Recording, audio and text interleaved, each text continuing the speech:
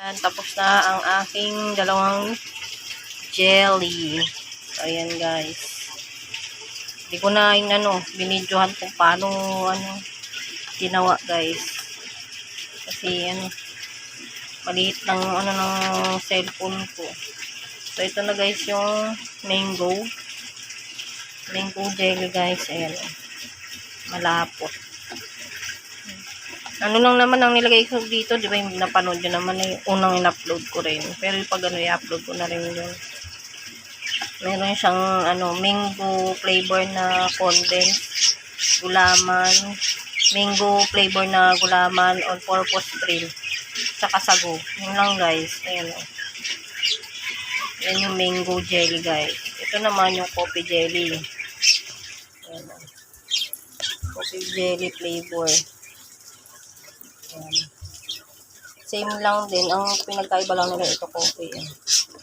Niluto ko yung coffee yung tawag dito.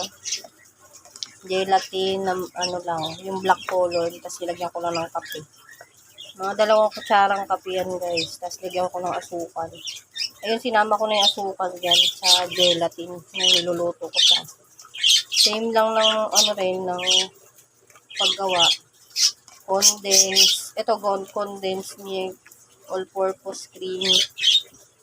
Yung gelatin nga. Tapos, itong sago. Yun guys. Sarap. Dami yan nagawa.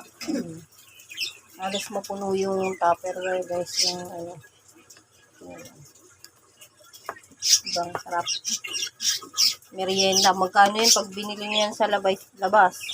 Ang isang cup is 10 pesos. Hindi ka pa sulit dun. Eto, sulit ka na. Magkano lang ata na gastos ko dito? Mga 300 plus. Ay, hindi. Siguro mga 300 plus na lang. Ayan. Gawa na lang kayo para mas tipid, diba? Sulit pa. Marami pang makakakain. Ayan. Coffee jelly at mango jelly. Kain tayo, guys. Diba? Sarap. Tipid. Kain tayo.